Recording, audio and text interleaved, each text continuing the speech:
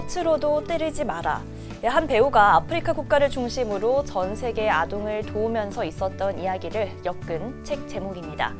빈곤과 굶주림에 지쳐 삶의 의욕조차 잃은 아이들을 보면서 전쟁으로도 노동 착취로도 또 심지어는 꽃으로도 아이들을 아프게 하지 말라며 많은 주목을 받았습니다. 하지만 현실에는 여전히 아동학대를 받는 아이들이 많이 있습니다. 오늘은 전북의 아동학대 실태를 점검해보고 그 대책은 무엇인지 전문가와 이야기 나눠보겠습니다. 네, 전라북도 아동보호전문기관 조자영 관장님 모셨습니다. 관장님 반갑습니다. 네, 안녕하세요. 네, 먼저 시청자 여러분과 도민들께 첫 인사 부탁드리겠습니다. 네, 안녕하세요. 네, 저는 전라북도 아동보호전문기관에서 근무하고 있는 조자영 관장입니다. 우선 이렇게 인사하게 돼서 너무 반갑고요. 네, 무엇보다도 저희 기관에 대한 소개와 그리고 아동학대에 대한 현 실정에 대해서 조금 점검하는 시간을 갖게 되어서 무엇보다도 감사한 마음 갖도록 하겠습니다. 네, 관장님 반갑습니다. 자, 일단 우리 지역에도 이 아동학대로 고통받는 아이들이 참 많은 것 같습니다. 전북 지역에서 아동학대로 판정돼서 전문기관이 상담 관리 중인 사례가 어느 정도 됩니까? 실제로 전국 단위로도 많이 아동학대가 발생되고 있고 네. 미디어를 통해서도 아동학대에 대한 심각성을 많이들 아실 겁니다. 근데 이제 자칫 미디어에서는 심각한 사망사건만 아동학대, 그러니까 굉장한 상해 사건이나 사망 사건만 아동학대처럼 비춰질 수 있는데 네. 그거 말고도 실제 신체, 정서, 성, 방임, 경미한 아동학대 사례들까지 해서 전북에는 총 4천여 건의 상담 사례 건수로 관리하고 있고요. 이거는 실제 이제 매년 누적된다고 생각하시면 될 것 같습니다. 네. 자, 그런데 지금 전 또 궁금한 게 이 아동학대 신고를 주로 누가 해오는 겁니까?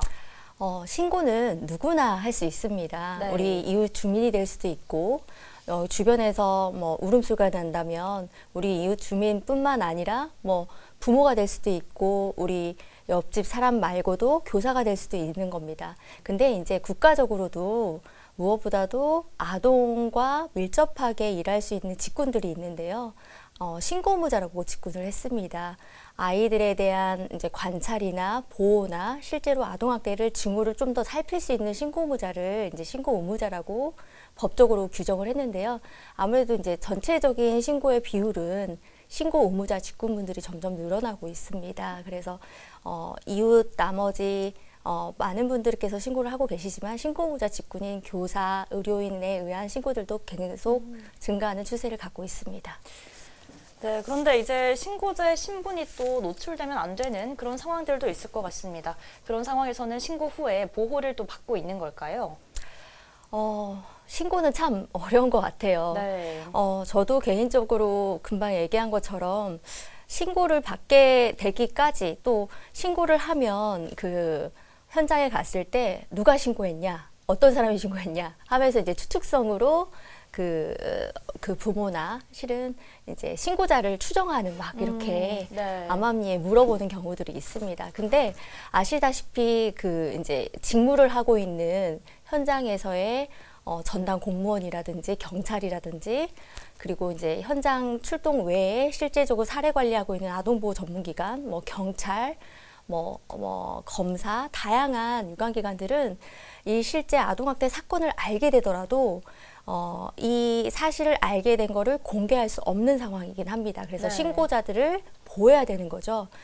이거 말고도 그래서 이제 아동학대 처벌법 안에 아동학대 처벌법에 대한 실제적으로 공익자 보호법들이 같이 보호되어 있고 또 그거 말고도 특정범죄 신고자 보호법도 같이 되어 있습니다.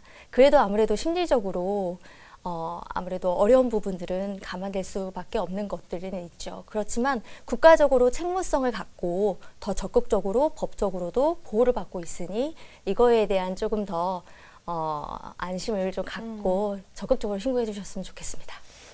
네, 오늘 이제 신고 의무자에 대해서 좀 이야기가 나왔는데 이 신고 의무자들에게는 좀 따로 교육이나 이런 게 이루어지는 걸까요? 어떤 방식으로 이루어지는 건지도 궁금합니다. 네, 맞습니다. 신고 의무자들은 매년 보수교육뿐만 아니라 1년에 한 번씩 의무적으로 교육을 받게끔 또 법령으로도 정해져 있습니다. 네. 이분들이 단순하게 신고만 해야 되는 상황들에 놓이게 되면 어떤 걸 신고해야 될지, 무엇을 신고해야 될지 모르잖아요.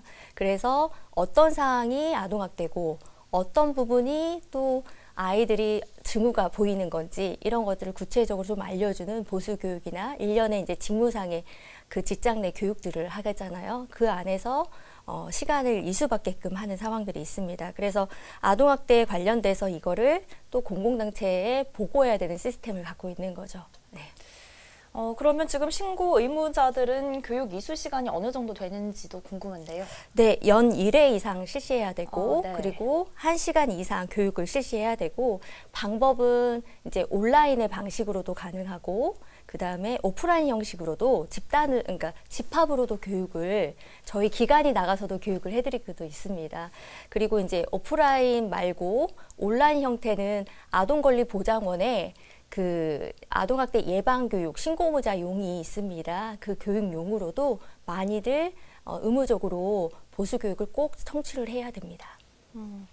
네, 말씀하신 것처럼 이제 신고라는 게 참 쉽지 않은 일이라는 게 느껴지는데 일단 신고 의무자뿐만 아니라 일반 시민들도 이 아동학대에 관심을 좀 가져야 할 것 같습니다.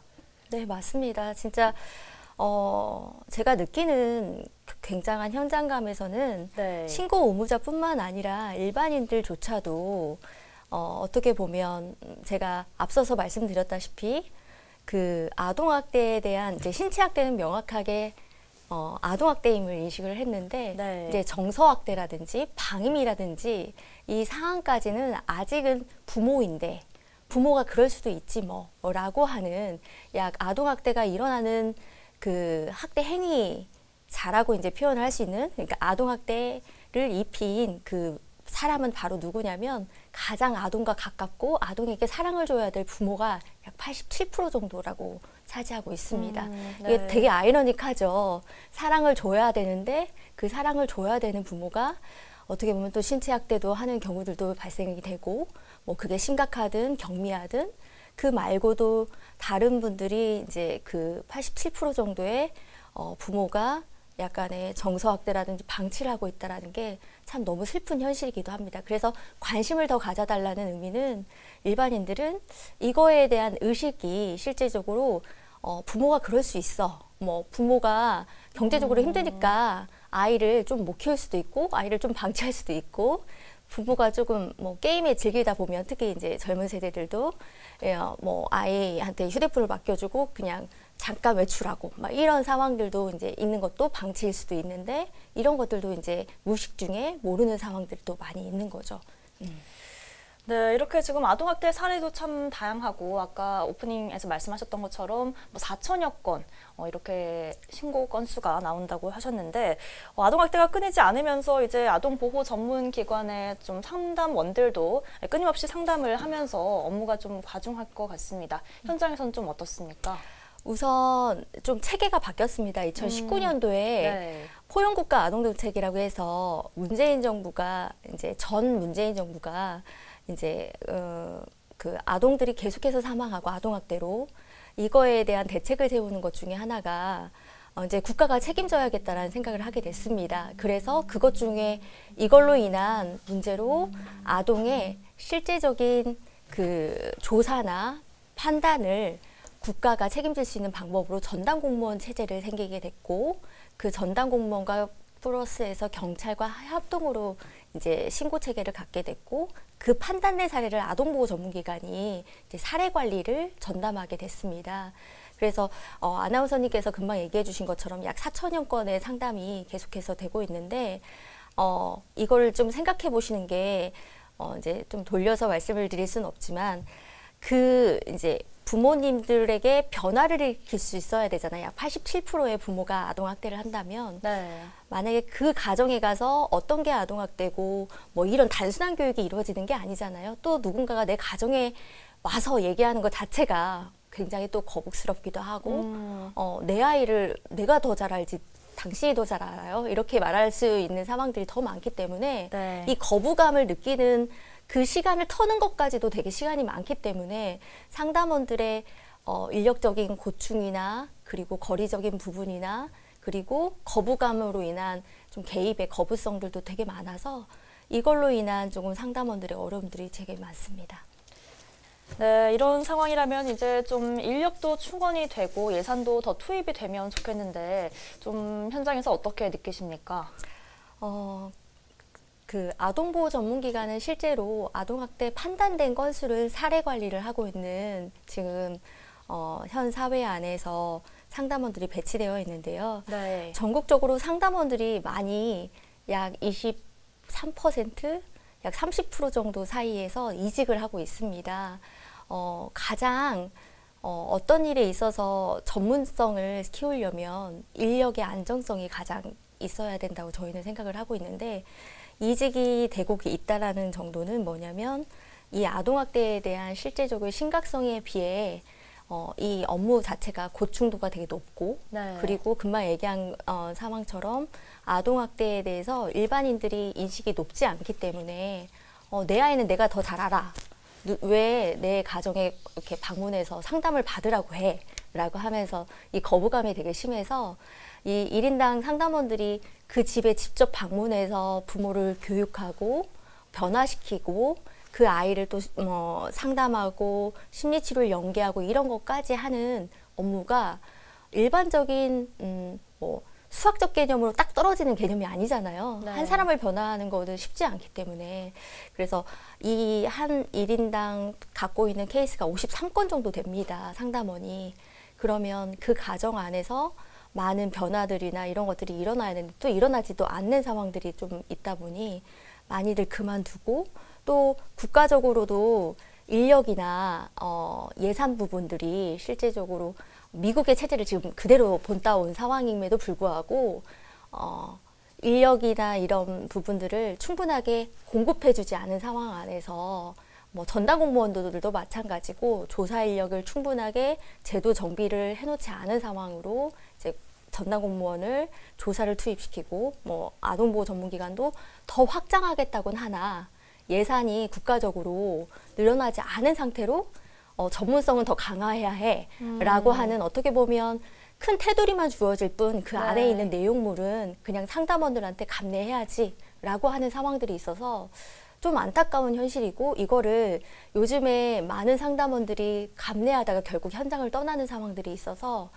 언제까지 이 많은 아이들이 결국은 그냥 단순하게 뭐 현장 안에서의 어려움만을 얘기하고 싶은 게 아니라 많은 아이들에게 서비스를 주고 전문성을 세우려면 그 촘촘한 좀 국가적인 예산이나 그런 아동에 대한 예산의 투입에 대한 중요성을 조금 더 국가가 인식을 해주셨으면 좋겠다는 생각이 들기도 합니다. 네, 이렇게 상담원들이 좀 오랫동안 전문력을 발휘할 수 있도록 이런 조치가 필요할 것 같습니다. 자, 그런데 우리 전북뿐만 아니라 사실 아동학대하면 전국적으로 기억나는 사건들이 많습니다. 사회 문제가 됐고 또 많은 공분을 사기도 했던 사건들이 있는데요. 현장에서는 그런 사건들을 좀 어떻게 보시고 있습니까? 지금 질문을 하시니까 정말 제가 이 현장에 오랫동안 있는 사람으로서 정말 필름처럼 지나가는 사례들이 많습니다. 네. 정말 공분을 사기도 했고 정말 이유로 말할 수 없고, 아까도 말한 것처럼 사례에 대한 일일이 다 공개적으로 말할 수 있는 사항들은 익명이기 때문에 말할 수는 없지만 도움은 정말 필요로 하는 가정들도 정말 있었습니다.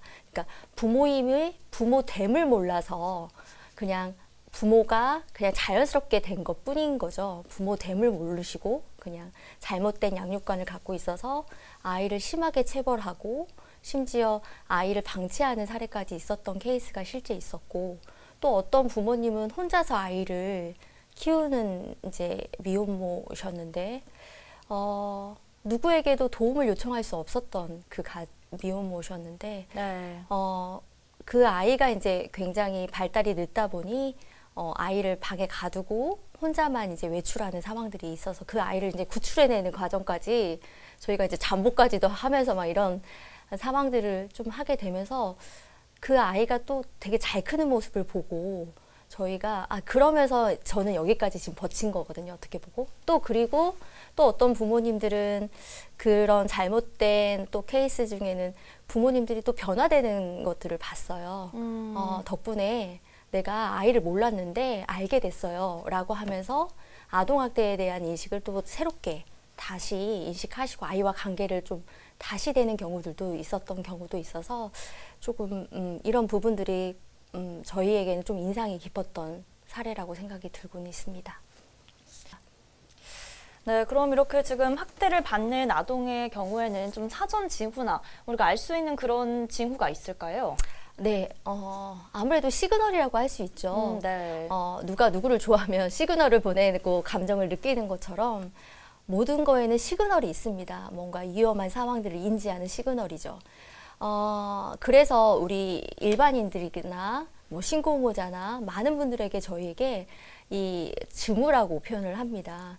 아이들은 꼭 언어로 표현하지 않더라도 비언어적으로라도 징후를 보입니다. SOS를 청합니다라고 합니다. 그 표현의 방식들은 여러 가지 방식인데 이제 외형적으로 굉장히 이제 계절에 맞지 않는 옷이거나 아니면 굉장히 누가 봐도 지금 많은 사망 사건들을 보시면 약간 기아 상태나 영양실조 상태나 또래에 비해서 발달이 지연되거나 이런 아이들의 상태를 볼 수 있습니다. 물론 많은 또 과정 안에서 아이가 잘 안 먹어서 그럴 수도 있지만 일반적으로 그런 아이가 또 외형적인 의복 상태도 좋지 않은 상태에다가 또 이런 경우들도 있죠.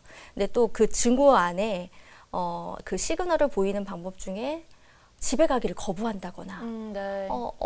뭐 학교에서도 부모님의 얘기를 꺼내기를 거부한다거나 그리고 어른만 봐도 공포심을 느낀다거나 아니면 손짓만 해도 깜짝깜짝 놀란다거나 아니면 오히려 또 힘이 점점점 아이들이 세질수록 오히려 공격적으로 본인이 배운 대로 왜냐면 그게 당연하게 가정에서 배웠거든요. 그래서 나도 당연하게 그 집 힘이 약한 자에게 쓸 수 있다는 걸 배웠기 때문에 뭐 언어적으로 더 공격적으로 나온다거나 폭력을 사용한다거나 이런 아이들도 이렇게 시그널을 보이기도 합니다. 그래서 그런 아이들을 통해로 신고를 하시면 되지 않을까 싶습니다. 네, 그런데 지금 아동 학대가 사실은 가정 내에서뿐만 아니라 어린이집 또 유치원 같은 교육기관에서도 발생하고 있습니다. 학부모가 먼저 문제 제기를 하고 또 사태가 해결되기까지 그런 과정들도 굉장히 험난할 것 같은데요. 자, 이렇게 교육기관에서 발생한 신고가 접수됐을 때는 어떻게 대응하고 있습니까? 실제 많은 교사님 이제 교육기관에서 애쓰고 계세요. 그래서 많은 분들이 애쓰고 있음에도 불구하고 또 매스컴을 통해서도 또 안타깝게도 교육기관을 통해서 아동학대가 일어나기도 합니다. 이제 그런 부분들의 절차를 물어보셨으니 답변을 드리자면 절대 거기 안에서도 아동학대가 일어나서는 안 되죠.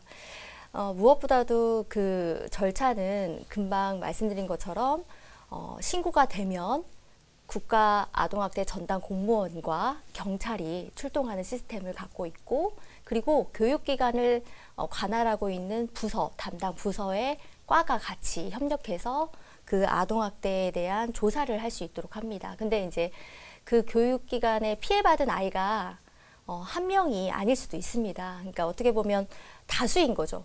그러다 보니 불특정 다수일 수도 있으니 교사에 의해서 그래서 전수조사를 원칙으로 하고 있고요.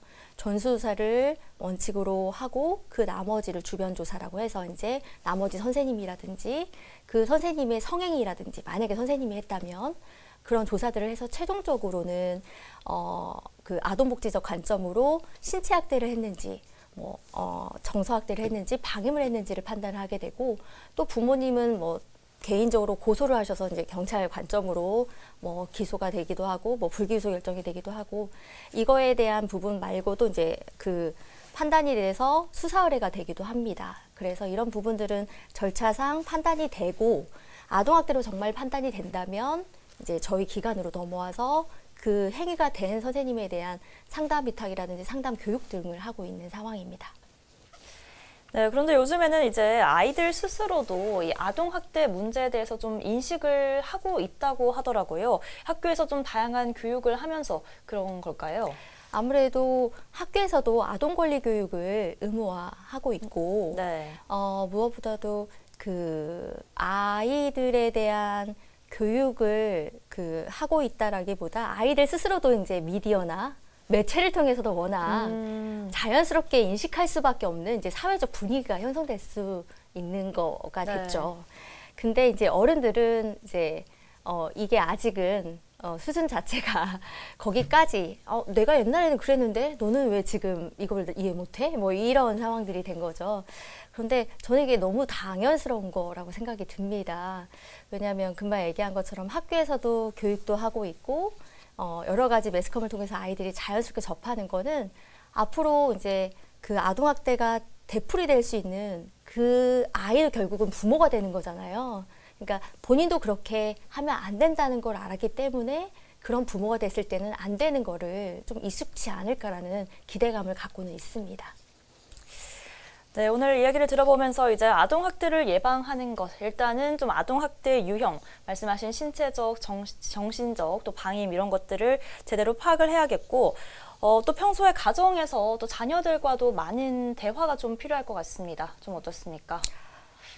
저도 자녀가 있는데 자녀와 얘기하는 것만큼 중요한 건 없습니다. 물론 사춘기 자녀와 얘기하는 건 쉽지가 않죠. 네. 근데 그 단계에 따라서 무엇보다도 이제 대화 이전에 가장 먼저 이제 그 아이와 깊은 믿음과 라포를 형성해야 된다고 하거든요. 신뢰를 줘야죠. 네. 그러니까 아이가 더 많은 부모를 믿고 따라갈 수 있게끔 해줘야 되는 게 필요할 것 같습니다. 그래서 대화를 아까 앵커님께서 얘기하신 것처럼 대화를 한다는 건 내가 너에게 생각을 묻는다는 거고 그리고 너의 생각을 또 어떤지를 더 의중을 청취한다는 거는 뭔가를 같이 하고자 하는 부모의 관심도가 있다라는 걸 표현하는 거기 때문에 굉장히 좋은 취지가 아닐까 생각이 듭니다. 근데 이제 많은 부모님들이 살아가다 보면 이제 본인의 업무나 본인의 가정일에 치우치다 보면 또 아이와 또 마찰이 되다 보면 더 멀어지기도 하고 또 아이가 문을 먼저 닫기도 하고 하다 보면 또 잘 안 되는 경우들도 있습니다. 근데 자녀와 대화하는 것들이 어렸을 때부터 자연스러운 뭐 분위기가 되거나 먹을 때 뭐 식사 시간이라든지 아니면 다과 시간이라든지 뭐 놀이 시간이라든지 이런 것들이 이루어지면 굉장히 조금 자연스럽게 그런 대화를 가져야겠어 이 시간에 딱 이런 게 아니라 그냥 자연스럽게 생기지 않을까, 그 믿음이 생기지 않을까라는 생각이 듭니다. 네, 오늘 아동학대 관련해서 이야기를 좀 들어봤는데요. 이제 마지막으로 앞으로 전라북도 아동보호 전문기관에서는 또 어떤 계획을 세우고 있는지 들어보고 마무리하도록 하겠습니다. 앞으로 저는 그러니까 전라북도 아동보호 전문기관은 크게는 금방 얘기한 것처럼 국가에서 조금 더 관심을 가져주셔서 인력의 안정성이라든지 예산, 그러니까 아동 학대가 이렇게 심각하다라고 할 때만 관심을 갖는 게 아니라 국민들도 마찬가지고 이 아동이 추후에는 미래에 어떻게 보면 큰 투자임을 좀 인식을 하셔서 이 시스템을 도입한 만큼 거기에 따른 역할들을 할 수 있게끔 재정비를 할 수 있게끔 저희 아동보호 전문기관도 더 노력을 해야 될 것 같고 그거에 앞장서서 이렇게 홍보와 옹호 활동이라고 할 수 있을 것 같고요. 또한 그거에 앞서서 이제 그건 큰 그림이고 또 두 번째는 실무적인 입장에서는 현장에서 직접 부모님들에게 찾아가면서 변화할 수 있게끔 그리고 변화라는 표현보다는 직접적인 도움을 드리는 게 저희가 해야 될 거 아닐까라는 생각이 듭니다. 결국 아이들은 가정 안에서 행복할 수 살게끔 하는 게 저희의 목표거든요. 가족의 기능이 회복될 수 있게끔. 그래서 그 기능을 회복할 수 있게끔 저희도 전문성을 더 많이 쌓도록 하겠습니다. 네, 관장님 오늘 이야기 잘 들었습니다. 고맙습니다. 네. 네, 아이들이 어떤 싹을 틔우고 또 어떤 열매를 맺을지는 아무도 모르는 일입니다. 아동의 권리를 보장해주고 또 아이들의 꿈을 지지해주기 위해서는 더 많은 관심과 지원이 뒤따라야겠습니다. 네, 오늘 전북도기 사람은 여기서 마치겠습니다. 고맙습니다.